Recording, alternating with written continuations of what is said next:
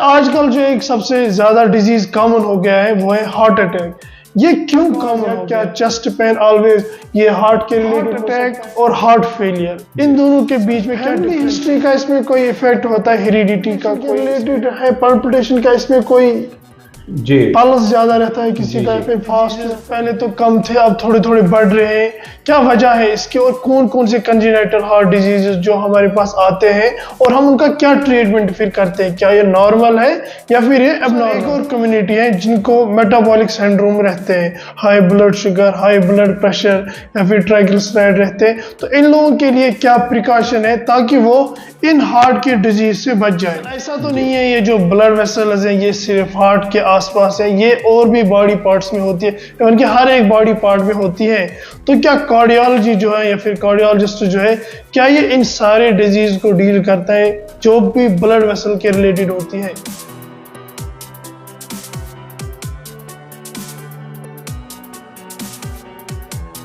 अस्सलामुअलैकुम, welcome to our show जिसका नाम है योर हेल्थ आवर प्रायोरिटी, यानी आपकी हेल्थ की जिम्मेवारी हम लेते हैं।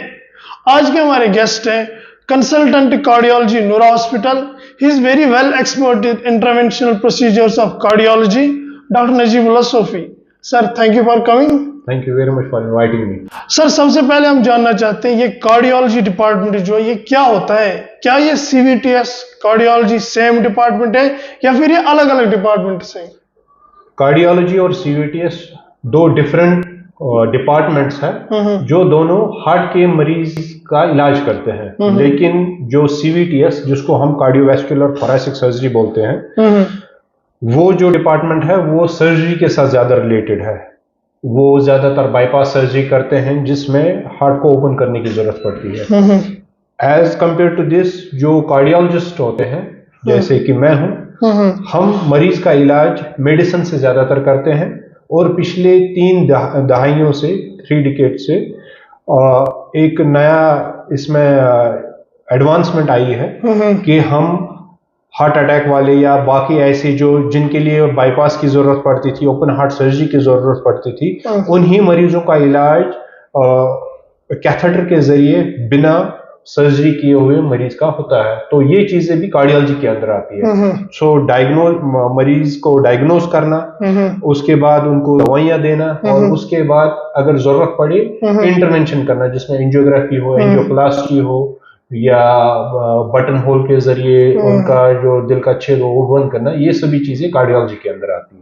मतलब जो सीवीटीएस है that is surgical part and जो कार्डियोलॉजी है दैट इज मेडिकल। सर, आजकल जो एक सबसे ज्यादा डिजीज कॉमन हो गया है वो है हार्ट अटैक। ये क्यों कॉमन हो गया है और इसके क्या क्या साइंस या फिर सिम्टम्स हो सकते हैं? जी, अगर हम 50 साल पहले पीछे जाएं तो उस वक्त जो ज्यादातर मरीज आदमी मरते थे तो वो इन्फेक्शियस डिजीज की वजह से मरते थे। ट्यूबरकुलोसिस हो, बाकी बैक्टीरियल या वायरल इन्फेक्शंस हो। लेकिन जो ही हमारी इकोनॉमी सुधर गई, सैनिटेशन का ख्याल आ गया, एंटीबायोटिक्स नई दुनिया में डिस्कवर हो गई, तो उसकी वजह से जो है इन्फेक्शन की वजह से जो मरने वाले लोग थे उनमें कमी आ गई। लेकिन इसी के साथ साथ इंडस्ट्रियल रेवोल्यूशन भी आ गया। अब मॉडर्नाइजेशन आ गई, ऑटोमाइजेशन हो गया है कि आदमी को अब इतना ज्यादा एक्सर्शन करना नहीं पड़ता है। अगर आप सिंपल सी एक एग्जांपल ले लीजिए, अगर जो किसान पहले होते थे वो खुद खेत जोतते थे, लेकिन अब ये हुआ है कि अब ट्रैक्टर लाते हैं। समझ रहे आप? ऐसे ही ये सिर्फ उसमें नहीं है, हर किसी चीज में ये हुआ कि मशीन्स का ज्यादा इस्तेमाल होने लगा। और जो लोग हैं जो पहले एक्सर्शन ज्यादा करते थे वो अब कम हो गया, डेस्क जॉब उन्होंने ले ली है, वो कम एक्सर्ट करते हैं। दूसरी बात यह है कि तंबाकू नोशी बहुत ज्यादा बढ़ गई है पहले से, एयर पोल्यूशन बहुत ज्यादा बढ़ गया है, और हमारे जो खाना पीना है उसमें भी बहुत तब्दीली आ गई है। अब हम फ्राइड, जैसे कि आप समझ लीजिए फास्ट फूड लेते हैं, इसमें बहुत ज्यादा फैटी चीजें होती है जो डायरेक्टली इफेक्ट करती है ब्लड वेसल्स को। अगर इन सब चीजों को देखा जाए, इसकी वजह से हार्ट की डिजीजेस ज्यादा हो गई है। और बताया ये जाता है कि हार्ट की डिजीज से मरने वाले लोग दुनिया में फर्स्ट नंबर पे जो most common cause of death देखा जाए तो कार्डियोवैस्कुलर डिजीज। तो सर, जो मेन चीज है वो है जितनी ज्यादा एडवांसमेंट आ गई या फिर मशीन्स आ गई, लोग काम कम कर रहे हैं, तो ये एक रीजन है ये जो हार्ट अटैक है ये होने का। डेफिनेटली ये सभी वजूहात है कि ये सभी रिस्क फैक्टर्स है। मतलब इनएक्टिविटी अगर देखा जाए, उसके साथ साथ कंबाइन हुआ कि जब इनएक्टिव आदमी हो गया उसका वजन बढ़ गया, जब वजन बढ़ गया हो गई, तो उसका डायबिटीज भी ज्यादा हो गया, डायबिटीज की इंसिडेंस ज्यादा हो गई, ब्लड प्रेशर की इंसिडेंस ज्यादा हो गई, स्मोकिंग की इंसिडेंस ज्यादा है, पोल्यूशन ज्यादा है, हो गया। तो सभी ये चीजें जो ये रिस्क फैक्टर्स है सभी ये कंट्रीब्यूट करती है हार्ट डिजीजेस के। सर एक चीज है चेस्ट पेन, जब भी किसी को चेस्ट पेन होता है वो वरी हो जाता है, घबराता है कि मुझे हार्ट में कोई प्रॉब्लम है। फिर जब ये चेस्ट पेन लेके वो डॉक्टर के पास जाता है, वो ईसीजी करता है, चेस्ट एक्सरे करता है, वो सारी चीजें नॉर्मल होती हैं, लेकिन वो जो चेस्ट पेन है वो उसको फिर से रहता है। इसके क्या कॉज या क्या चेस्ट पेन ऑलवेज ये हार्ट के रिलेटेड हो सकता है? जी, जैसे कि आपने सही बताया कि मोस्ट कॉमन नहीं बोलेंगे, मतलब बहुत सारे मरीज हमारे पास ऐसे आते हैं जिनको चेस्ट पेन होता है। बहुत सारे मरीज जो है चेस्ट पेन से इतनी ज्यादा वरी हो जाते हैं कि वो इमरजेंसी विजिट्स करते हैं। अब हमें ये देखना है, आम पब्लिक के लिए देखना है कि ये जो चेस्ट पेन है ये हार्ट की वजह से है या हार्ट के बगैर किसी और चीज की वजह से है। फॉर एग्जाम्पल मसल्स की वजह से तो नहीं है, बोन्स की वजह से तो नहीं है, बोनी पेन होता है, किसी को कॉस्टोकॉन्ड्राइटिस होता है जो जोड़ हड्डियों के बीच में होता है, उसकी इन्फ्लेमेशन की वजह से हो सकता है। तो इन सब चीजों में अगर देखा जाए जो चेस्ट पेन ज्यादा खतरनाक है वो हार्ट अटैक वाली जो चेस्ट पेन होती है वो ज्यादा सीवियर है, तो वैसे मरीजों को इमरजेंसी विजिट करना चाहिए। सो हम कैसे पता लगाएंगे कि ये मरीज हार्ट की है और कौन सी हार्ट की नहीं है? तो हम पेन को यूजुअली ब्रॉडली अगर क्लास पे करें दो हिस्सों में करते हैं, एक बोलते हैं टिपिकल चेस्ट पेन, दूसरे को हम बोलते हैं एटिपिकल। हम पहले टिपिकल वाली बात करते हैं जिसको हम जैसे कि एंजाइना बोलते हैं। टिपिकल एंजाइना एक हार्ट वाला मरीज जो है जिसको हार्ट अटैक नहीं आया होता है लेकिन उसकी नसें सिकुड़ गई होती है, उसमें जो चर्बी चढ़ी होती है, ब्लड वेसल्स में चर्बी चढ़ी होती है, तो जो ब्लड है उतना सफिशिएंट होता नहीं है कि वो एक्सर्शन वाला काम करे। रेस्ट पे तो वो ठीक रहता है, लेकिन जो वो एक्सर्शन करना एक्सरसाइज काम करे, सीढ़ियां चढ़े या वजन कोई उठाए, तो उनको चेस्ट पे पेन शुरू हो जाता है। लेकिन वो पेन ऐसी है कि वो एक्सर्शन पे होता है और जो ही वो रेस्ट लेते हैं वो पेन सबसाइड हो जाता है। और यूजुअली वो पेन छाती में होता है, लेकिन वो नाक से लेके चिन तक कहीं पे भी हो सकता है, समझ रहे हैं? तो जब ये तीनों चीजें कि एक्सर्शन पे पेन हो, रेस्ट लेने पे उस पेन में आराम मिल जाए, और वो पेन ऐसी हो कि क्रशिंग टाइप हो, मतलब आदमी एक जगह पिन पॉइंट नहीं कर पाता, बोलते हैं अंदर से, हाँ, तो इसको हम टिपिकल पेन या एंजाइना बोलते हैं। तो वो हार्ट वाली पेन है, लेकिन वो हार्ट वाली पेन ये है कि जिसको हम स्टेबल डिजीज बोलते हैं। लेकिन इसमें एक ग्रुप ऐसा है जो हार्ट अटैक वाले मरीज होते हैं, वो सोए होते हैं या कुछ काम कर रहे होते हैं, उनको अचानक बहुत ज्यादा सीवियर पेन होता है, चेस्ट पेन होता है, उसके साथ साथ उनको पसीना आता है, उल्टी लगती है बहुत सारे मरीजों को, तो वो हार्ट अटैक की अलामत है, समझ रहे? तो वो ऐसी पेन है कि उस वक्त उनको इमरजेंसी आने की जरूरत पड़ती है। ये तो हुआ कि ऐसी पेन जो मैंने आपको बताया कि किस किस तरीके से होती है, एसोसिएटेड सिम्टम्स क्या होते हैं कि स्वेटिंग होती है, वॉमिटिंग हो सकती है साथ में, तो ये इमरजेंसी है, तो मरीज को हॉस्पिटल आना चाहिए, इमरजेंसी विजिट करना चाहिए।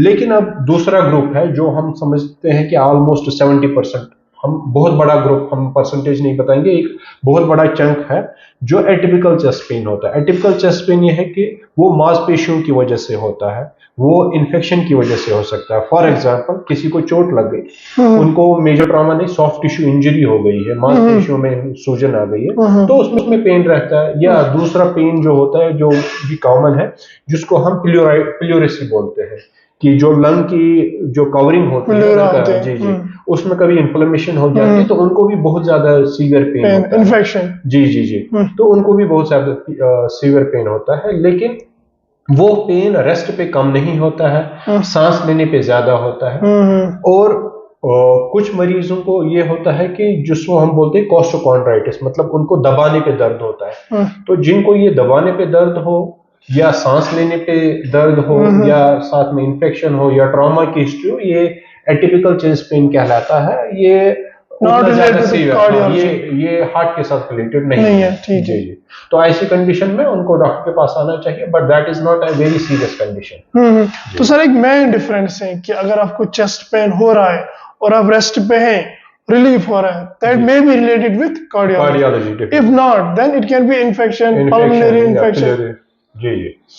सर और एक चीज है इंपॉर्टेंट, अब अगर किसी पर्सन को लग रहा है कि मेरे ये सारे सिम्टम्स हैं, मैं हार्ट अटैक, मुझे लग रहा है कि मुझे ये सारे सिम्टम्स आ रहे हैं, तो ये जो गोल्डन पीरियड जिसको कहते हैं कि कितने टाइम में उसको पहुंचना चाहिए या फिर घर से लेके हॉस्पिटल तक उसको क्या प्रिकॉशन करने चाहिए ताकि वो सेफली पहुंचे, यहाँ पे हमारा जो गोल्डन पीरियड है वो हमारे काम आए और ये जो लाइफ है ये बच जाए। जी देखिए, पहले ये समझने की जरूरत है कि हार्ट अटैक होता क्या है। जनरल पब्लिक किसी को भी मतलब एज ए वेग लैंग्वेज में यूज करते हैं हार्ट अटैक। अगर हम मेडिकल टर्म में देखा जाए, हार्ट की 3 नसें होती है, बड़ी 3 नसें होती है कोरोनरी, जी, जिसको हम कोरोनरी आर्टरी बोलते हैं। जब उसमें किसी में सडन ब्लॉकेज हो तो और ब्लड सप्लाई सीवियरली कंप्रोमाइज हो, हार्ट को ब्लड नहीं मिलता अपनी फंक्शन करने को, तो उसको हम हार्ट अटैक बोलते हैं।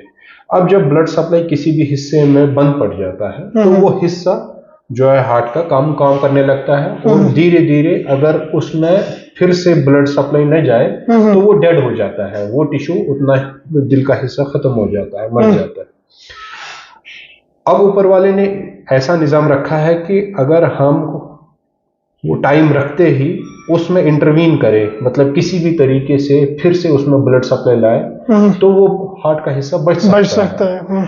अब देखा गया है कि जो ही आदमी को हार्ट अटैक पड़ता है, जितनी देर वो करता है हॉस्पिटल पहुंचने में या अपना इलाज शुरू करने में, तो उतनी देर में नुकसान होता रहता है। ये एक्सपोनेंशियली होता है। तो मरीजों को यूजुअली ये चाहिए कि जो ही चेस्ट पेन शुरू हो उतनी ही और हॉस्पिटल आ जाए, और उस दौरान उनको कोई एक्सर्शन वाला काम नहीं करना है, एक्सरसाइज नहीं करनी है। बिल्कुल उनको गाड़ी में बैठ के जल्दी से हॉस्पिटल आना चाहिए। ठीक ठीक। अब ये देखा गया है कि अगर ऐसे मरीजों को हम within 1 hour, within 60 minutes hospital के अंदर आ जाता है, उनको टैकल किया जाता है, तो उनका जो हार्ट का जो हिस्सा है जो जहाँ पे ब्लड सप्लाई नहीं जाता है, दवाइयों की वजह से या स्टेंट डालने के बाद उनमें ब्लड सप्लाई आ गई हो, तो वो हार्ट का हिस्सा बच जाता है। इसीलिए इस पीरियड को, इस 1 घंटे को गोल्डन आवर कहा जाता है। तो हमारी या जो गवर्नमेंट की या जो मास मीडिया है, इसीलिए इसको as a golden period advertise करते हैं, ताकि मरीजों को ये पता चल जाए कि जो ही प्रेशियस टाइम है, ये बहुत प्रेशियस टाइम है, उनको तुरंत हॉस्पिटल आने की जरूरत है। ये वक्त जो है कहीं और पे सर्फ न करें, मतलब ये सोचने में कि मुझे आराम हो जाएगा, ये इसमें सर्फ न करें, ताकि जो ही जल्दी आएंगे उतना हिस्सा हार्ट का इनका बच जाएगा। तो सर कहने का मतलब है कि अगर आपको ये सारे सिम्टम्स हैं और आपको लग रहा है कि मैं जैसे ही बैठ रहा हूँ मुझे रिलीफ मिल रहा है, और आपको लग रहा है नहीं चेस्ट पेन तो है, ये हार्ट के रिलेटेड है, आपको कोई भी एक्सरसाइज नहीं करनी है, कोई भी हैवी काम नहीं करना, गाड़ी में चढ़ के सीधे हॉस्पिटल आना है। तो जैसे ये पेशेंट हॉस्पिटल पहुंचा, ये जो हमारा गोल्डन पीरियड होता है, इसमें हम क्या करते हैं पेशेंट को कि ही विल गेट रिलीफ? जी, तो पहले ही इंपॉर्टेंट वाली बात होती है इसको डायग्नोस करना। तो जो ही मरीज आता है हम पहले उसका ईसीजी करते हैं। ईसीजी पे पता चलता है कि इनको हार्ट अटैक है कि नहीं है। हार्ट अटैक बहुत सारी किस्म का, एटलीस्ट 3 टाइप्स होता है, जिसको हम एक एसटी एलिवेशन एमआई कहते हैं, एसटीएमआई। दूसरा होता है जिसमें एनएसटीएमआई या अनस्टेबल एंजाइना है। अब जो एसटी एलिवेशन एमआई वाले होते हैं उनको फर्दर और कुछ करने की जरूरत नहीं है, वो ईसीजी पे क्लियर होता है कि इनको एसटी एलिवेशन एमआई है। तो उनको डायरेक्टली या तो हम खून पतला करने वाली दवाई देते हैं या डायरेक्टली उनको एंजियोप्लास्टी के लिए लिया जाता है, प्राइमरी पीसीए जिसको हम बोलते हैं। दूसरा ग्रुप वो है जिसको एनएसटीएमआई बोलते हैं कि ईसीजी में चेंजेस है, लेकिन हमें ये देखना पड़ता है कि ये चेंजेस वाकई हार्ट अटैक की वजह से है कि नहीं है। तो उसमें हम ब्लड की जांच करते हैं जिसको हम ट्रोपोनिन बोलते हैं। अच्छा, तो ठीक। जी, तो ये ट्रोपोनिन जो है, जब हार्ट का कोई हिस्सा डैमेज होने लगता है तो ये हार्ट से एक जूस निकलता है जो वो ब्लड में जाता है।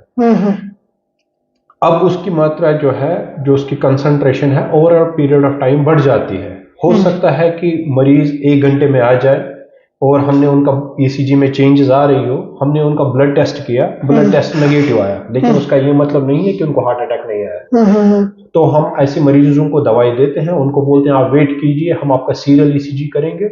यूजुअली वो ट्रोपोनिन जो है 6 घंटे, 4 से 6 घंटे के बाद रिपीट करना होता है। अगर उसमें राइजिंग ट्रेंड में ट्रोपोनिन एलिवेट हो गए हो तो वो डायरेक्ट एविडेंस होता है कि इनको हार्ट अटैक आया है, ब्लड हार्ट की एक नस जो है ब्लॉक है और इनको इलाज कराने की जरूरत होती है। तो ये डायग्नोस हुआ कि हमने ईसीजी किया और कुछ मरीजों में हम ट्रोपोनिन करते हैं। तीसरा हमारा स्टेप होता है कि जब हम डायग्नोस करते हैं कि नहीं, इस मरीज को हार्ट अटैक आ गया है, तो उसको हम उसी वक्त खून पतला करने वाली दवाई देते हैं। खून एस्प्रिन देते हैं, क्लोपिडोग्रिल देते हैं और कोलेस्ट्रॉल वाली गोली देते हैं, एटोवास्टैटिन है, रोजुवास्टैटिन है, वो दवाइयां देते हैं। उनका एंजाइना जो पेन हो रहा है उसको रिलीफ करने के लिए नाइट्रोग्लिसरीन देते हैं या जीभ के नीचे रखते हैं या आईवी लगाते हैं और उन मरीजों को एडमिट किया जाता है। जब वो एडमिट होते हैं तो उनकी कंडीशन को देखते हुए हम फर्दर प्रोसीड करते हैं कि एंजियोग्राफी करने की जरूरत अभी है, बाद में हम वेट कर सकते हैं। उनकी इकोकार्डियोग्राफी होती है कि कितनी पंपिंग अभी उनकी बची हुई है, तो और मुख्तलिफ और जांचें उनकी होती रहती है। तो सर, जैसे ही पेशेंट पहुंचा हॉस्पिटल, तो जो बेसिक चीज है वो है ईसीजी हम करते हैं, उसमें हमें क्लियर पता चलता है कि उसको क्या हुआ है, हार्ट अटैक आया है नहीं आया और क्या कंडीशन है हार्ट की। तो सर, जैसे ही पेशेंट आया उसके बाद क्या एंजियो करना इसको जरूरी है? देखिए, हर किसी मरीज को एंजियोग्राफी कराने की जरूरत नहीं है, लेकिन हार्ट अटैक वाली जो मरीज है, जो हम डायग्नोस करते हैं कि नहीं इनको हार्ट अटैक आया है, तो हार्ट की नस उनका स्टेटस पता करने के लिए एंजियोग्राफी जरूरी है। अगर एसटी एलिवेशन एमआई है, एसटीएमआई है, तो उसमें कोई सेकंड थॉट नहीं है, कोई दूसरा ओपिनियन नहीं है, एंजियो करना है, एंजियोप्लास्टी होनी है उनकी। हमारे पास दूसरा ऑप्शन है थ्रोम्बोलिसिस, लेकिन वो सेकंड स्टेप पे आ जाता है, that is inferior to primary PCR. अब जो एनएसटीएमआई है या अनस्टेबल एंजाइना है, जो हम बता सकते हैं कि थोड़ा लोअर दर्जे के हार्ट अटैक वाले हैं, उन मरीजों में भी एंजियोग्राफी करने की जरूरत है, लेकिन अब टाइमिंग देखनी है। किसी को अर्जेंसी होती है कि उसी वक्त करने की जरूरत है, जैसे कॉमन मैन बोलते हैं major heart attack, minor major और माइनर, वो आम पब्लिक के लिए हम इसको डिफरेंशिएट करते हैं अनस्टेबल एंजाइना, नॉन एस्टिलेशन। तो कोई मरीज अगर स्टेबल है, उसका एंजाइना रिलीफ हो गया है, उनकी हार्ट की पंपिंग सही है और ईसीजी में ज्यादा अभी डिस्टर्बेंस नहीं है, इलेक्ट्रिकल डिस्टर्बेंस नहीं है, तो हम 1 दिन वेट कर सकते हैं, 2 दिन वेट कर सकते हैं, उसी के हिसाब से उनका ट्रीटमेंट हो सकता है। एक और ग्रुप ऐसा है कि जिनको 3-4 दिन पहले हार्ट अटैक आ चुका है, समझ रहे हैं, लेकिन वो हॉस्पिटल तक नहीं पहुंचे हैं, सर्दियों का मौसम है, फार फ्लंग एरिया से लोग नहीं आ पाए और लोगों को पता भी नहीं है हार्ट अटैक हुआ है। वो चौथे दिन, 5वें दिन हमारे पास आ गए, अब उनका एंजाइना जो है सेटल डाउन हो गया है। हम उनका इको करते हैं, तो इको में हम देखते हैं कि उनका जो एक हिस्सा है ऑलमोस्ट खत्म हो गया, उसमें कोई कंट्रैक्टिलिटी बची नहीं है। तो ऐसे मरीजों में बहुत बड़ा एक ग्रुप ऐसा होता है कि जिनको एंजियोप्लास्टी से ज्यादा फायदा नहीं होगा। कुछ मरीजों में होता है, मतलब अगर जिनमें थोड़ी कंट्रैक्टिलिटी बची हो या कुछ ऐसे, लेकिन बहुत सारे मेजॉरिटी में नहीं होता, तो उसमें उस वक्त एंजियोप्लास्टी से ज्यादा फायदा नहीं होता। इसीलिए हम बोलते हैं कि जितनी जल्दी मरीज हमारे पास आ जाए, जल्दी हील होगा, रिस्क बढ़ेगा। हाँ, अगर हम देर में करते हैं तो रिस्क ज्यादा है और फायदा कम है, पहले करते हैं तो फायदा ज्यादा है। तो ये हमेशा रिस्क और बेनिफिट वाला रेशो रहता है कि हम जब भी किसी मरीज में इंटरवीन करते हैं कि ज्यादा फायदा है कि ज्यादा नुकसान है। जी जी सर, और एक इम्पोर्टेंट बात है, हार्ट अटैक और हार्ट फेलियर, इन दोनों के बीच में क्या डिफरेंशिएट है? जी, देखिए, हार्ट अटैक और heart failure totally 2 different conditions है। हार्ट अटैक का मतलब होता है, जैसे मैंने पहले भी आपको बताया, दिल की नस में ब्लॉकेज की वजह से एक्यूट हार्ट का जो है एक हिस्सा है वो पार्शली काम करना बंद कर देता है या डिक्रीज कंट्रैक्टिलिटी होती है और ओवर पीरियड ऑफ टाइम वो डेड हो जाता है उतना हिस्सा। हार्ट फेलियर ये है कि हार्ट की पंपिंग कमजोर होती है या दो तरीके का हार्ट फेलियर है, जिसको हम सिस्टोलिक हार्ट फेलियर और डायस्टोलिक हार्ट फेलियर बोलते हैं। मोस्ट ऑफ द पेशेंट में सिस्टोलिक हार्ट फेलियर है। सिस्टोलिक हार्ट फेलियर का मतलब होता है कि कंट्रैक्टिलिटी हार्ट जो है अराउंड 60% कंट्रैक्ट करना चाहिए। किसी भी वजह से अगर वो 60% से कम काम करना शुरू कर दे, 50% से कम काम करना शुरू कर दे, उसको सिस्टोलिक हार्ट फेलियर बोलते हैं। वो बॉडी को इतना ज्यादा ब्लड पंप नहीं कर पाता है कि बॉडी अपनी जो फंक्शंस है प्रॉपरली कर पाए। दूसरा होता है डायस्टोलिक हार्ट फेलियर। ये कंसेप्ट रिसेंटली आया है कि पंपिंग तो अच्छी है मरीज की, लेकिन या तो ऐसे मरीजों को ब्लड प्रेशर या शुगर वाली तकलीफ होती है या और बहुत सारी तकलीफें होती है कि उसकी वजह से उनका जो हार्ट का मसल है बढ़ गया है और वो रिलैक्स नहीं कर पा रहे हैं। हार्ट में ब्लड आता है, मतलब जो गंदा खून आता है, डिऑक्सीजनेटेड ब्लड आता है और फिर लंग्स में चला जाता है और फिर लंग्स से फिर से हार्ट में आ जाता है पंप करने के लिए। लेकिन उस चीज के लिए हार्ट को रिलैक्स होना पड़ता है। अगर हार्ट रिलैक्स नहीं करता है तो इसकी वजह से भी मरीज को सांस फूलती है, ब्रेथलेसनेस आ जाती है, तो उसको हम डायस्टोलिक हार्ट फेलियर कहते हैं। सो जब पंपिंग में कमजोरी हो या हार्ट रिलैक्स नहीं कर पाता हो, मसल की प्रॉब्लम हो, तो उसको हम हार्ट फेलियर बोलते हैं। और जब नसों वाली ब्लॉकेज हो तो उसको हम हार्ट अटैक बोलते हैं। सर फैमिली हिस्ट्री का इसमें कोई इफेक्ट होता है, हेरिडिटी का कोई इसमें? जी, हार्ट अटैक या हम कोरोनरी आर्टरी डिजीज जिसको हम बोलते हैं, हेरिडिटी का डेफिनेटली एक रोल रखा गया है कि जो मरीज मतलब एक कुछ ऐसी फैमिली होती है जिसमें ट्राइग्लिसराइड्स या कोलेस्ट्रॉल, मेटाबॉलिक सिंड्रोम, हाँ, कोलेस्ट्रॉल बहुत ज्यादा रहता है उनके ब्लड में, तो डेफिनेटली जितना एलडीएल रहेगा, जितना बैड कोलेस्ट्रॉल उनके ब्लड में रहेगा, उतने ज्यादा चांसेस है कि उनकी जो हार्ट की नसें हैं उतनी ज्यादा इफेक्टेड हो जाएगी। तो फैमिली हिस्ट्री का डेफिनेटली रोल है कि जो अगर एक बंदे को हो सकता है दूसरे बंदे को भी वो डिसलिपिडीमिया, जिसको हम फैमिलियल डिसलिपिड हाइपरकोलेस्ट्रोलेमिया बोलते हैं, तो डेफिनेटली उसका रोल रहता है। तो सर ये जो हमने सारी बातें की हार्ट अटैक में, इसमें फैमिली हिस्ट्री की भी बात की, हमने सिम्टम्स की भी बात की, हार्ट फेलियर की भी बात की, सर इसमें प्रिकॉशंस क्या रहेंगे फिर, चाहे वो फैमिली हिस्ट्री से हो या फिर कुछ और भी चीजें हो? क्या हम ऐसा करेंगे कि हम बच सकते हैं हार्ट अटैक से? जी, ये हार्ट अटैक या कोरोनरी आर्टरी डिजीज से बचने के लिए एक होता है जिसको हम मॉडिफाइबल रिस्क फैक्टर बोलते हैं। मॉडिफाइबल रिस्क फैक्टर जो सबसे ज्यादा इंपॉर्टेंट है वो है स्मोकिंग या टोबैको यूज। यहाँ पे तो हम नहीं टोबैको यूज जैसे कि बाहर टोबैको च्यू किया जाता है, हमारे कश्मीर में यह है कि स्मोकिंग या हुक्का करते हैं, तो किसी भी तरीके की तंबाकू नोशी से बचना है, ये तो एक पहली प्रिकॉशन है। दूसरा, अगर किसी को ये फैटी फूड्स खाता है, जंक फूड्स खाता है, उन चीजों, फास्ट फूड्स, उन चीजों से अवॉइड करना है। अल्कोहल कंजप्शन जो है वो बिल्कुल पहले बताया जाता था 3 drinks for a man in 1 week or 2 drinks for women in 1 week is okay, it is healthy। लेकिन अब नई जो तहकीक आई है उसमें देखा गया है एनी कंसंट्रेशन की कुछ भी अमाउंट अल्कोहल का ले ले उसका बॉडी पे हार्मफुल इफेक्ट है। और एक चीज ये है फिजिकल एक्टिविटी, एक्सरसाइज। जी, ये हमारी एक्सरसाइज बिल्कुल 0 के बराबर है। देखा जाता है कि मतलब जो हम हेल्दी लाइफस्टाइल के बारे में बताएं, अगर हम मॉडरेट लेवल ऑफ एक्सरसाइज बताएं, जैसे कि ब्रिस्क वॉक हम पार्क में करने के लिए जाए, अगर हम हफ्ते में 5 दिन ही 30 मिनट तक करें तो वो उसका बेनिफिशियल इफेक्ट डेफिनेटली हार्ट पे आता ही आता है। वैसे मरीजों का ब्लड प्रेशर भी कंट्रोल होता है, कंट्रोल करने में, या कम से कम उनकी दवाइयां कम हो जाएगी, शुगर कंट्रोल करने में भी उनका फायदा रहता है। ये तो हुआ मॉडरेट लेवल ऑफ एक्सरसाइज। दूसरा होता है कि अगर वो हेवी एक्सरसाइज करे, ट्रेडमिल पे दौड़े, स्विमिंग, वो हफ्ते में सिर्फ 3 दिन करे और 20 minute, that much is sufficient. So physical activity, smoking और अल्कोहल से बचें और फैटी फूड, जंक फूड से बचें। ये तो हुए मॉडिफाइबल रिस्क। और कुछ है जिसको हम अनमॉडिफाइबल बोलते हैं, जिसको हम मॉडिफाई नहीं कर सकते, जैसे कि एज है। तो जितनी ज्यादा एज होती है उसमें हम कुछ नहीं कर सकते, लेकिन ये चीजें जो हमारे हाथ में है उन चीजों से बचने से हार्ट अटैक के इंसिडेंस या कोरोनरी आर्टरी के इंसिडेंस में कमी डेफिनेटली आ सकती है। तो सर ये जो सारे प्रिकॉशंस हैं ये सारे हेल्थ एंड हाइजीन के लिए बहुत ही जरूरी है, और कार्डियोलॉजी या फिर हार्ट के रिलेटेड जो भी डिजीज है उनके लिए भी ये जरूरी है। तो सर और एक चीज आती है जो मुरमुर है, ये क्या है?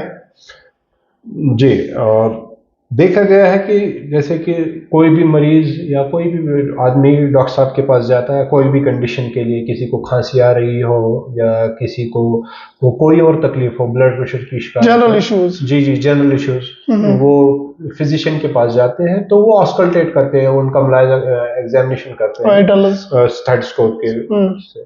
तो स्टेथोस्कोप से जब वो उनकी दिल की धड़कन सुनते हैं तो इसमें दो आवाजें यूजुअली आती हैं, लेकिन किसी किसी मरीज में एक एबनॉर्मल साउंड आता है जो यूजुअली नहीं होना चाहिए, उसको हम मरमर अपनी जबान में बोलते हैं। तो वैसी अगर कोई एबनॉर्मल साउंड मरीज में है तो जनरल फिजिशियंस ऐसा करते हैं कि उनको कार्डियोलॉजी के लिए भेजते हैं, कार्डियोलॉजी डिपार्टमेंट भेजते हैं, जहां पर हम उनका एको और बाकी इन्वेस्टिगेशन करते हैं। ये जो एबनॉर्मल हार्ट साउंड जिसको हम मरमर बोलते हैं, इनकी कुछ वजूहात होती है, या ये तो वॉल्व जो होते हैं हार्ट में 4 वॉल्व्स होते हैं उसमें खराबी की वजह से हो सकता है, या दिल में छेद हो उसकी वजह से हो सकता है, या बहुत कम वजह ये होती है कि हीमोग्लोबिन की कमी की वजह से कभी कभी मरमर आता है, या बच्चों में कुछ मरमर ऐसे होते हैं जिसको हम फंक्शनल मरमर बोलते हैं। लेकिन मेजॉरिटी ऑफ द टाइम जो ये सीरियस हार्ट की एलिमेंट को डिनोट करता है, स्पेशली इन एडल्ट्स। तो किसी भी एडल्ट में अगर कोई मरमर आ रहा है तो उसकी इन्वेस्टिगेशन और इवैल्यूएशन जरूरी है, उनका इको होना जरूरी है। सर ये पल्पिटेशन के रिलेटेड है, पल्पिटेशन का इसमें कोई जी पल्स ज्यादा रहता है किसी का, फिर फास्ट रहता है? जी जी जी आम पब्लिक में मतलब जो ये बोलते हैं कि हमारी दिल की धड़कन बहुत ज्यादा तेज हो जाती है, मोस्ट ऑफ द टाइम मतलब ज्यादातर ये एंजाइटी की वजह से रहता है, लेकिन बहुत सारे मरीजों में ऐसा देखा गया है कि ये हार्ट की कोई कंडीशन भी हो सकती है। दिल की तेज धड़कन जो मरीज को खुद महसूस हो उसको पाल्पिटेशन कहा जाता है। अब उसकी वजूहात में थायराइड जो एक ग्लैंड होता है उसका ज्यादा काम करना उसकी वजह से भी हो सकता है। अगर किसी का ब्लड हीमोग्लोबिन कम हो उसमें भी पाल्पिटेशन हो सकती है। अगर हार्ट की पंपिंग कमजोर हो या हार्ट की कोई भी एलिमेंट हो उसमें भी पाल्पिटेशन हो सकती है। सो हमारे कहने का मकसद ये है कि अगर किसी मरीज को पाल्पिटेशन बार बार हो रही हो, बहुत टाइम से है, उनको एंजाइटी नहीं है, कोई मेंटल स्ट्रेस नहीं है, तो बेटर रहेगा कि वो एक कार्डियोलॉजिस्ट से कंसल्टेशन कराए ताकि वो उसकी इन्वेस्टिगेशन कर ले कि ये कोई सीरियस इश्यू तो नहीं है। ये मेडिकली ट्रीट होगा। जी जी सर कंजेनिटल हार्ट डिजीजेस पहले तो कम थे, अब थोड़े थोड़े बढ़ रहे हैं, क्या वजह है इसकी, और कौन कौन से कंजेनिटल हार्ट डिजीजेस जो हमारे पास आते हैं और हम उनका क्या ट्रीटमेंट फिर करते हैं, क्या ये नॉर्मल है या फिर ये एबनॉर्मल है? जी, ये कॉन्जेनिटल हार्ट डिजीज वो तकलीफें जो बच्चे को पहले जन्म से ही होती है उसको हम बाय बर्थ होती है उसको हम कॉन्जेनिटल हार्ट डिजीज बोलते हैं। अब बच्चे में जो मोस्टली हम तकलीफें बहुत सारी हो सकती है, मैं उन चीज़ों को बताने की कोशिश करूंगा जो यूजुअली मतलब मोस्ट ऑफ बहुत ज़्यादा कॉमन है। एक होता है कि हार्ट के 4 हिस्से होते हैं और 4 वॉल्व्स होते हैं। जो 4 हिस्से बने होते हैं इनकी दीवारें होती हैं, उस दीवार को एट्रियल सेप्टम बोलते हैं, इंटर एट्रियल सेप्टम, और दूसरी वाली दीवार को इंटरवेंट्रिकुलर सेप्टम बोलते हैं। जब इन दीवारों में कोई छेद होता है तो उसको हम ASD या VSD बोलते हैं। तो ये छेद होना हार्ट में जो बचपन से ये कॉन्जेनिटल एबनॉर्मलिटी है। दूसरी एबनॉर्मलिटी ये हो सकती है कि उनका जो हार्ट के वॉल्स है वो सिकुड़ गए हो, पहले से ही होते हैं, जो उसको हम स्टेनोसिस बोलते हैं, एओर्टिक स्टेनोसिस। जी जी एओर्टिक स्टेनोसिस हो, या किसी वो या पल्मोनरी स्टेनोसिस हो, या किसी वॉल्व में लीकेज हो सकता है। तो बहुत सारी तकलीफें और ऐसी है जो इससे इन चीजों से कम है, मतलब छेद होना या वॉल्व का सिकुड़ना, लेकिन वो चीजें भी अगर बचपन से ही पैदा हो तो उसको हम कॉन्जेनिटल एबनॉर्मलिटी बोलते हैं। अब पहले जो कॉन्जेनिटल एबनॉर्मलिटी होते थे ये यूजुअली इको से डायग्नोस होता है। पहले जैसे आपने बताया था मरमर से मरीज डॉक्टर साहब को पता चलता है कि कुछ एबनॉर्मलिटी है, लेकिन जो डेफिनेट डायग्नोसिस बनती है वो इकोकार्डियोग्राफी के जरिए बनती है। तो पहले इको की फैसिलिटी हर जगह थी नहीं, मरीज नहीं पहुंच पाते थे, वो अनडायग्नोज रहते थे, लेकिन अल्हम्दुलिल्लाह आजकल हर जगह फैसिलिटी अवेलेबल है, तो इजीली डायग्नोस किए जाते हैं। अब यह है कि जैसे जैसे मतलब वक्त बदलता गया, इनका पहले इलाज होता था ओपन हार्ट सर्जरी की वजह से, फिर इनका जो जो छेद होता था या वॉल्व सुगड़ा होता था उसका इलाज किया जाता था। लेकिन अब मेडिकल साइंस ने कार्डियोलॉजी में इतनी इम्प्रूवमेंट हो गई है कि इसको अब विदाउट मतलब बिना चीरा लगाए उनका इलाज होता है, विदाउट ओपन सर्जरी, जिसको हम ट्रांस कैथेटर जो बोलते हैं ट्रीट किया जाता है। ASD डिवाइस क्लोजर एक होता है, वो बटन टाइप होता है, उसको इस होल में डालते हैं। जी, उस छेद में डालते हैं और उसको क्लोज करता है। ASD डिवाइस होता है, VSD डिवाइस होता है, या एक एबनॉर्मल कनेक्शन होता है जो हार्ट वाली जो ब्लड एओर्टा को होता है, जो ब्लड सप्लाई पूरी बॉडी को करता है, जिसको हम एओर्टा बोलते हैं, उसके बीच और लंग्स वाली जो एक रग होती है जिसको हम पल्मोनरी आर्टरी बोलते हैं, तो उसको हम PDA अपनी जबान में बोलते हैं। उसका PDA का क्लोजर होता है, और ये ऐसे प्रोसीजर है कि हर किसी जगह किया जा सकता है, जहां पे भी कैथ लैब फैसिलिटी अवेलेबल हो। तो डिवाइस क्लोजर किया जाता है, PDA क्लोजर किया जाता है। अगर किसी वाल्व का स्टेनोसिस हो, उसको गुब्बारे के जरिए, बैलून डायलिटेशन जिसको बोलते हैं, उसके जरिए ठीक किया जा सकता है। तो बहुत सारे मरीजों को अब bypass surgery, open heart surgery कराने की जरूरत नहीं है। तो सर, ये जो हम सारे प्रोसीजर्स करते हैं, चाहे ASD डिवाइस हो, VSD डिवाइस हो, फिर ये कितने सक्सेसफुल रहते हैं थ्रू द लाइफ? जी, इसकी सक्सेस रेट बहुत बहुत अच्छी है। पहले यूजुअली जब हम डिवाइस क्लोजर करने के लिए जाते हैं, पहले हमें देखना होता है कि ये सूटेबल है मरीज इस डिवाइस के लिए कि नहीं। और कुछ एक स्मॉल परसेंटेज ऐसी होती है कि जिसमें हम डिवाइस क्लोजर नहीं कर पाते हैं, उसमें उनको ओपन हार्ट सर्जरी के लिए ही जाना पड़ता है। बट मेजॉरिटी पॉपुलेशन है जिनको ASD होता है या VSD होता है, उसमें हम डिवाइस क्लोजर कर सकते हैं।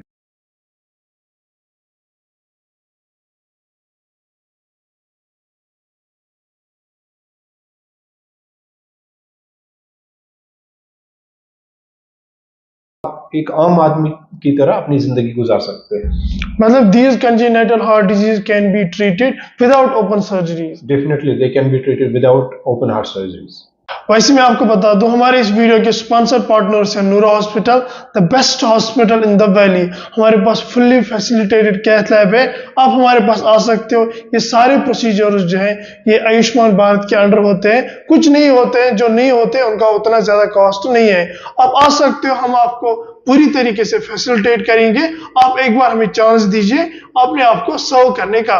अब आते हैं हम अपने टॉपिक पे वापस। सर, ये जो सिनकोप होता है, ये क्या होता है? क्या ये कार्डियोलॉजी रिलेटेड है या फिर न्यूरोलॉजी रिलेटेड है? जी, आपने सही कहा कि सिनकोप बहुत सारे अफराद जो आते हैं उनको वो बोलते हैं कि हमें चक्कर आ रहा है, या उन आंखों के सामने बोल रहे हैं कि एकदम से अंधेरा, जी एकदम से अंधेरा छाने लगा। कुछ लोग इसकी वजह से गिर भी जाते हैं, उनको चोट भी आती है। अगर ये ट्रांजिएंट बहुत शॉर्ट टाइम के लिए हो कि एकदम से उनको आंखों के सामने अंधेरा जैसा छा जाए और गिर जाए, थोड़ी देर के लिए बेहोशी हो, तो वो सिनकोप हो सकता है। लेकिन एक और कंडीशन जो इसी के साथ रिलेटेड है, वो उसको हम सीजर्स बोलते हैं। बहुत बार हमें ये दिक्कत होती है, डिफरेंशिएट करने में दिक्कत होती है कि ये सिनकोप है कि सीजर है। सिनकोप ब्रेन में ब्लड सप्लाई की कमी की वजह से हो सकता है। अगर ब्रेन में ब्लड सप्लाई सडनली कुछ सेकंड्स के लिए रुक जाती है, तो उसकी वजह से सिनकोप आ सकता है। एकदम से चक्कर आ गया, लेकिन वो जो चक्कर है कुछ ही सेकंड्स में, ज्यादा से ज्यादा मिनट में मरीज वापस अपने होश में आ जाता है। अब सिनकोप की कुछ वजूहात होते हैं कि किस वजह से है। जो सिनकोप है वो हार्ट की वजह से भी हो सकता है और न्यूरोलॉजिकल कॉजेज की वजह से भी हो सकता है। जी, अगर हम हार्ट की कंडीशन को देखें, अगर किसी वॉल्व, जो हार्ट के वॉल्व्स होते हैं, एक इसमें होता है जिसको हम एओर्टिक वॉल्व बोलते हैं, अगर वो बहुत ही ज्यादा सुगड़ा हुआ हो वैसे मरीजों में सिनकोप आ सकता है। या दिल में इलेक्ट्रिकल, हार्ट में जो इलेक्ट्रिकल करंट्स जो चलते हैं, अगर उसमें डिस्टरबेंस हो, या तो दिल की धड़कन बहुत ही ज्यादा तेज हो जिसको हम टैकीकार्डिया, वेंट्रिकुलर टैकीकार्डिया बोलते हैं, या दिल की जो नॉर्मल करंट चलती है उसमें ब्लॉकेज आ गया हो जिसको हम हार्ट ब्लॉक बोलते हैं। दोनों कंडीशन में ब्लड सप्लाई जो ब्रेन की है वो कॉम्प्रोमाइज हो जाती है, वैसे मरीजों को सिनकोप आ सकता है। सो ये जो कंडीशन है सिनकोप की, हमें याद रखना है कि दिल की वजह से हो सकती है, लेकिन कुछ कंडीशन है जिसको हम वैसोवैगल सिनकोप बोलते हैं कि उसकी वजह से जो न्यूरोलॉजिकल कॉज है उसकी वजह से भी हो सकता है। फॉर एग्जांपल, अगर हम देखते हैं कि किसी घर में कोई सदमा पहुंचा हो या कोई आदमी इतना ज्यादा ब्लड को देखते हुए डर जाए तो वो फेंट हो जाते हैं, दैट इज अ कॉमन फेंट, दैट इज नॉट वरिंगसम, उसमें कोई ज्यादा घबराने की जरूरत नहीं है। लेकिन जो हार्ट की वजह से जो सिनकोप आते हैं, दे आर वेरी सीरियस, और वैसे मरीजों को चाहिए कि वो अपना एग्जामिनेशन कार्डियोलॉजिस्ट से जरूर करवाएं। ऐसे मरीजों का हम जिसको अकबर सिनकोप आ गया हो, अब हम वो देखते हैं कि किस वजह से, अगर इस वजह से इनको सिनकोप आया है, क्या ये हार्ट की वजह से है? अगर हार्ट की वजह से है तो कौन सी कंडीशन है? उनको दिल की धड़कन तेज होती है जिसको हम वेंट्रिकुलर टैकीकार्डिया बोलते हैं, या हार्ट ब्लॉक तो नहीं है? अगर उनको वेंट्रिकुलर टैकीकार्डिया है जिसकी वजह से उनको बार बार बेहोशी आती है, तो उसके लिए दवाइयां भी मौजूद है, और वैसे मरीजों को एक जो शॉक देने वाला डिवाइस है जिसको हम आईसीडी है उसको लगाने की जरूरत पड़ती है। और एक जो ग्रुप है पेशेंट्स का जिनको चक्कर आता है, वो इस वजह से होता है कि उनकी दिल की जो धड़कन है कम हो जाती है, इलेक्ट्रिकल करंट कम हो जाती है। तो वैसे मरीजों के लिए ये इम्पोर्टेंट रहता है कि उनको पेसमेकर लगाया जाए। तो और अगर उनका वॉल्व इतना सिकुड़ा हुआ है कि पूरा ब्लड सप्लाई नहीं करता और उस वजह से उनको बार बार चक्कर आते हैं, तो उनको वॉल्व रिप्लेसमेंट की जरूरत पड़ती है। तो sir, these diseases can be treated medically and these are safe treatments. These can be treated medically, but some patients require pacemakers. कुछ लोगों को पेसमेकर की जरूरत पड़ती है, कुछ मरीजों को आईसीडी की जरूरत पड़ती है, और किसी किसी मरीज में अगर उनका वॉल्व सिकुड़ा हुआ और उसकी वजह से इनको सिनकोप आ रहा हो तो वॉल्व रिप्लेसमेंट की भी जरूरत पड़ सकती है। तो सर, एक और कम्युनिटी है जिनको मेटाबॉलिक सिंड्रोम रहते हैं, high blood sugar, high blood pressure या फिर ट्राइग्लिसराइड रहते हैं, तो इन लोगों के लिए क्या प्रिकॉशन है ताकि वो इन हार्ट की डिजीज से बच जाए? जी, जैसा आपने बताया, मेटाबॉलिक सिंड्रोम ये वो अफराद होते हैं, ये उन अफरादों को होता है जो ओबीस होते हैं, जिनको ब्लड शुगर्स ज्यादा होते हैं, जिनका ब्लड प्रेशर ज्यादा रहता है, और उनका लिपिड प्रोफाइल जो चर्बी होती है खून में वो ज्यादा रहती है। सबसे ज्यादा इन मरीजों को फायदा होता है अपना लाइफस्टाइल चेंज करने से। अपने लाइफस्टाइल में चेंज उनको फिजिकल एक्टिविटी में भी लानी है, अपने खाने पीने में जो खुराक खाते हैं उसमें तब्दीली की वजह से, और अगर वो किसी भी ऐसी हैबिट, स्मोकिंग के या किसी भी ऐसी अल्कोहलिज्म के शिकार है, उनसे बचने से होगा। सो उनको फिजिकली फिट रहना है, फिजिकल एक्टिविटी करनी है। उनको अगर उनके ब्लड शुगर ज्यादा रहते हैं तो फिजिकल एक्टिविटी से उनका ब्लड शुगर बहुत हद तक कंट्रोल में आ सकता है, या अगर वो बहुत दवाइयां पहले ले रहे हैं उन दवाइयों में कमी हो सकती है। और तीसरा, जब वो फैटी फूड्स अवॉइड करेंगे तो उनका लिपिड प्रोफाइल भी सही रहता है, और उनमें हार्ट की जो डिजीजेस है उसमें इंसिडेंस में कमी आ सकती है। तो सर, ये जो सारी चीजें हैं इनसे हम हार्ट के जितने भी डिजीज हैं उनसे बच सकते हैं। तो सर, इसमें ये भी रह सकता है कि जितने भी मेटाबॉलिक सिंड्रोम्स हैं इनको कंट्रोल में रहे। For example, high blood sugar है, इसको कंटिन्यूअसली चेक करें। हाई ब्लड प्रेशर है या फिर किसी को डायबिटीज भी होता है तो वही, अगर फुल फ्लेजेड फ्रैंक डायबिटीज हो तो उनको दवाइयां खाने की जरूरत है, किसी किसी मरीज में इंसुलिन की भी जरूरत पड़ती है। लास्ट में लेकिन हमारा गोल यही रहता है कि मरीज के ब्लड शुगर्स कंट्रोल रहने चाहिए, उनका फास्टिंग 70 से 130 तक रहना चाहिए। खाने के बाद 2 घंटे के बाद अगर उनका ब्लड शुगर किया जाए 180 से कम रहना चाहिए। 3 महीने वाला जो हम उनका ब्लड टेस्ट करवाते हैं HbA1c, वो प्रेफरेबली 7 से कम होना चाहिए, एटलीस्ट 7 होना चाहिए। वैसा ही अगर ब्लड प्रेशर वाले मरीज है और वो दवाई ले रहे हैं तो दवाई खाने के बाद उनका ब्लड प्रेशर 140 से कम होना चाहिए, प्रेफरेबली 130 बाई 130 बाई 80 से कम होना चाहिए। और उनकी जो लिपिड्स जो है, जो बैड कोलेस्ट्रॉल LDL कहा जाता है, वो लेस देन 100 हो तो और ज़्यादा बेटर है। लेकिन ऐसे मरीजों, अगर किसी को हार्ट अटैक आया तो अगर उनका लेस देन 70 रहे और ज़्यादा बेहतर है उन चीज़ ऐसे। सर, ये जो इंटरवेंशनल प्रोसीजर्स होते हैं, ये क्या क्या होते हैं और किन किन मरीजों को हमें ज़रूरी है ये सारे प्रोसीजर्स करना, और क्या ये आयुष्मान भारत यानी कि गोल्डन कार्ड पे अवेलेबल है हमें या फिर सारे नहीं हैं? जी, अगर हम देखें, पहले सिर्फ कार्डियोलॉजी कहा जाता था, लेकिन पिछले 1990s से अब इसमें इंटरवेंशनल वर्ड ऐड इसलिए हुआ है कि साइंस ने बहुत एडवांसमेंट की है, और इसकी वजह से जो मरीज पहले बाईपास के लिए जाते थे या ओपन हार्ट सर्जरी के लिए जाते थे, वैसे मरीजों को आज के ज़माने में विदाउट ओपन हार्ट सर्जरी ठीक किया जा सकता है। तो ऐसे मरीजों को हम ट्रांस कैथेटर, मतलब जैसे सुई लगती है, छोटी सी नस के जरिए हार्ट तक पहुंचते हैं, और एक समझ लीजिए एक कैथेटर होता है, उसके जरिए उनका इलाज होता है। अब हम जैसे बात करेंगे, लोगों को भी पता होगा कि एंजियोग्राफी होती है, एंजियोप्लास्टी होती है, या डिवाइस क्लोजर होता है। अब हम एंजियोग्राफी जो है वो बेसिक एक इन्वेस्टिगेशन है, जिससे पता चलता है कि जो हार्ट की बड़ी 3 नसें हैं उनमें कोई ब्लॉकेज तो नहीं है, उनकी फंक्शंस का पता चलता है। जी, उसका स्टेटस पता है। वो एक समझ लीजिए हम फोटोग्राफ लेते हैं या वीडियो लेते हैं, उनकी जो नसें होती है हार्ट की, वो उसका पता चलता है।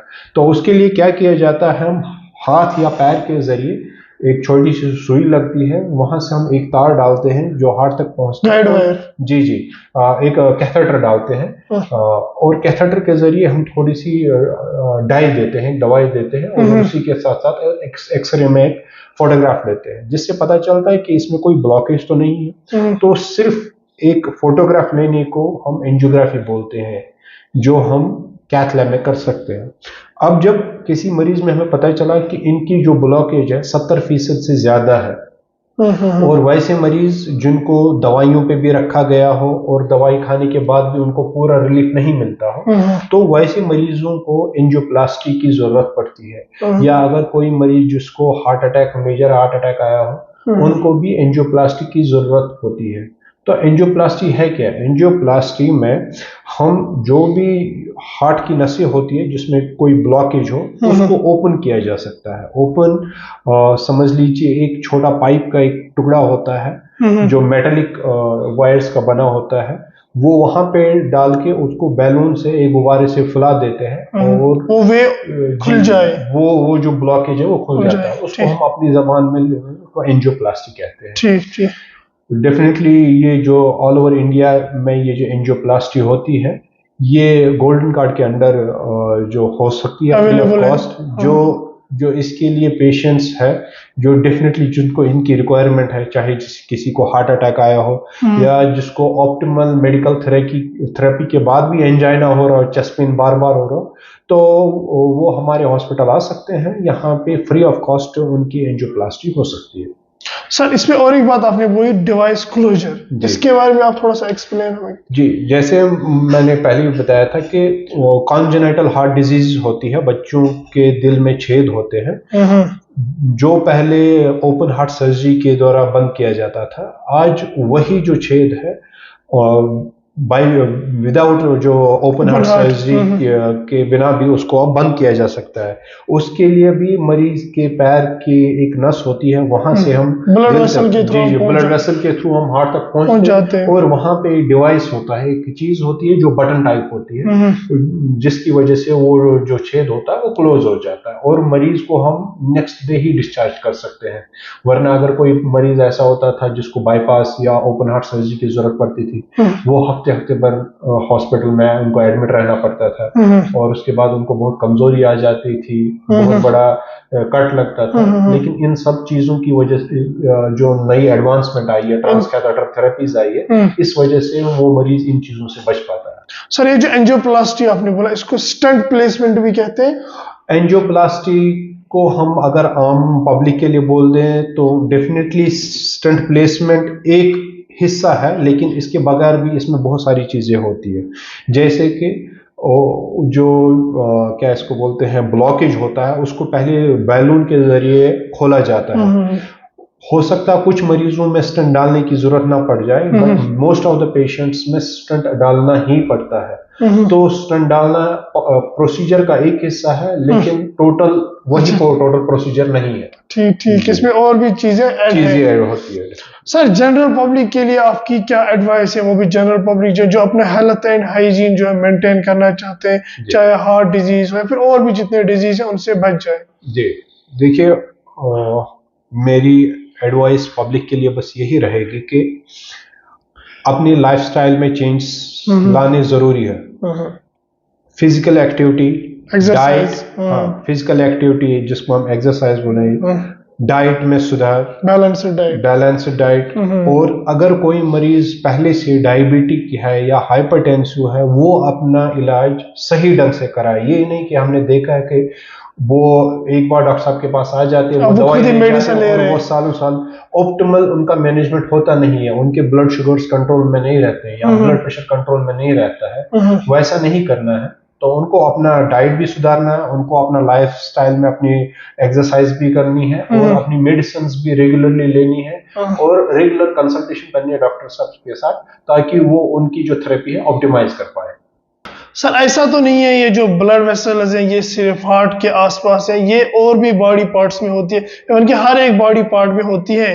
तो क्या कार्डियोलॉजी जो है या फिर कार्डियोलॉजिस्ट जो है, क्या ये इन सारे डिजीज को डील करता है जो भी ब्लड वेसल के रिलेटेड होती है? जी बहुत सही सवाल आपने पूछा। ब्लड वेसल हर जगह है, मतलब बॉडी के हर हिस्से में है, और अगर हार्ट की नस में ब्लॉकेज आ सकता है तो दूसरी नसों में भी ब्लॉकेज आ सकता है। बहुत सारे मरीज ऐसे होते हैं जिनको पैर चलने में दिक्कत आती है, उनको चलने फिरने पे टांगों में दर्द होता है। तो देखा गया है कि बहुत सारे मरीजों में जो टांगों की नसें हैं उसमें ब्लॉकेज होता है, या दूसरा है कि मरीजों को स्ट्रोक आता रहता है, फॉलेज का अटैक पड़ता है, वो जो ब्रेन वाली ब्लड सप्लाई होती है उसमें ब्लॉकेज की वजह से होता है। जी ब्रेन स्ट्रोक। तो उसमें जो दिमाग की नसें होती है उसमें ब्लॉकेज की वजह से हो जाती है। जी तो जैसे हम हार्ट की डिजीज को ट्रांसकैथेटर थ्रू द्वारा ठीक करते हैं, मतलब उनका स्टंट प्लेसमेंट होता है, वैसे ही जो बॉडी में बाकी नसें होती है उसको हम पेरिफेरल आर्टरीज बोलते हैं। इनका भी इलाज कार्डियोलॉजी में होता है, उसको हम पेरिफेरल आर्टीरियल डिजीज बोलते हैं, और इसका भी इलाज मेडिकल थेरेपी और इंटरवेंशन के द्वारा किया जा सकता है। थैंक यू फॉर कमिंग, आपने अपना अच्छा प्रीशियस टाइम दिया हमें। होप आपने हमारी शो पे एंजॉय किया होगा। Thank you very much for coming. Thank you very much, nice to see you.